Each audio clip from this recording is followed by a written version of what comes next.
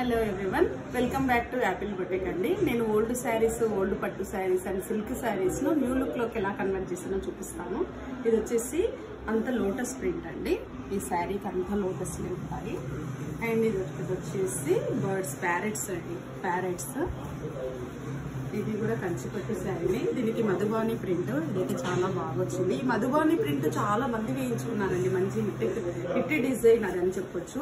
Nearly ఒక 50 శారీస్ కి వేయించింటాం ఈ design. Kalamkari come Madhubani print, Radhakrishna ఉంటారు అది.